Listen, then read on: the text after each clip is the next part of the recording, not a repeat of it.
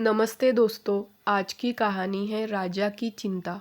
प्राचीन समय की बात है। एक राज्य में एक राजा राज करता था। उसका राज्य खुशहाल था। धन धान्य की कोई कमी नहीं थी। राजा और प्रजा खुशी खुशी अपना जीवन यापन कर रहे थे। एक वर्ष उस राज्य में भयंकर अकाल पड़ा। पानी की कमी से फसलें सूख गई। ऐसी स्थिति में किसान राजा को लगान नहीं दे पाए। लगान प्राप्त न होने के कारण राजस्व में कमी आ गई और राजकोष खाली होने लगा। यह देख राजा चिंता में पड़ गया। हर समय वह सोचता रहता कि राज्य का खर्च कैसे चलेगा। अकाल का समय निकल गया। स्थिति सामान्य हो गई, किंतु राजा के मन में चिंता घर कर गई।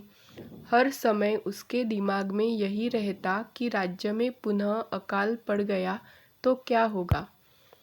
इसके अतिरिक्त भी अन्य चिंताएं उसे घेरने लगी। पड़ोसी राज्य का भय, मंत्रियों का षड्यंत्र जैसी कई चिंताओं ने उसकी भूख प्यास और रातों की नींद छीन ली। वह अपनी इस हालत से परेशान था, किंतु जब भी वह राजमहल के मालिक को देखता तो आश्चर्य में पड़ जाता।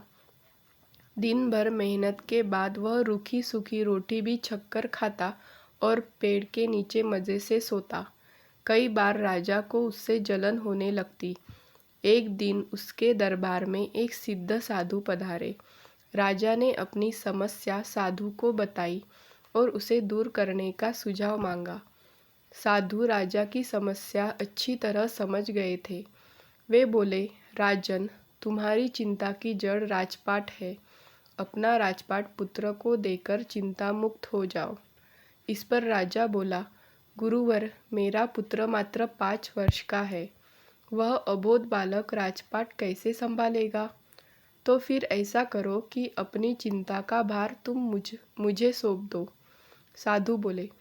राजा तैयार हो गया और उसने अपना राजपाट साधु को सौंप दिया। इसके बाद साधु ने पूछा, अब तुम क्या करोगे। राजा बोला, सोचता हूँ कि अब कोई व्यवसाय कर लूँ, लेकिन उसके लिए धन की व्यवस्था कैसे करोगे। अब तो राजपाट मेरा है, राजकोष के धन पर भी मेरा अधिकार है, तो मैं कोई नौकरी कर लूँगा। राजा ने उत्तर दिया, ठीक है, लेकिन यदि तुम्हें नौकरी ही करनी है तो कहीं और जाने की आवश्यकता नहीं। यही नौकरी कर लो। मैं तो साधु हूँ, मैं अपनी कुटिया में ही रहूँगा। राजमहल में ही रहकर मेरी ओर से तुम राजपाट संभालना। राजा ने साधु की बात मान ली और साधु की नौकरी करते हुए राजपाट संभालने लगा। साधु अपनी कुटिया में चले गए। कुछ दिन बाद साधु पुनः राजमहल आए और राजा से भेंट कर पूछा, कहो राजन, अब तुम्हें भूख लगती है या नहीं, और तुम्हारी नींद का क्या हाल है। गुरुवर, अब तो मैं खूब खाता हूँ और गहरी नींद सोता हूँ। पहले भी मैं राजपाट का कार्य करता था, अब भी करता हूँ। फिर ये परिवर्तन कैसे। ये मेरी समझ के बाहर है। राजा ने अपनी स्थिति बताते हुए प्रश्न भी पूछ लिया।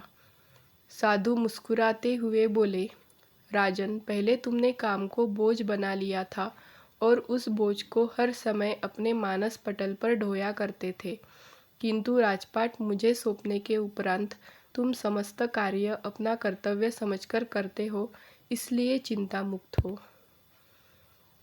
इस कहानी से हमें ये सीख मिलती है, जीवन में जो भी कार्य करे अपना कर्तव्य समझकर करे, न कि बोझ समझकर।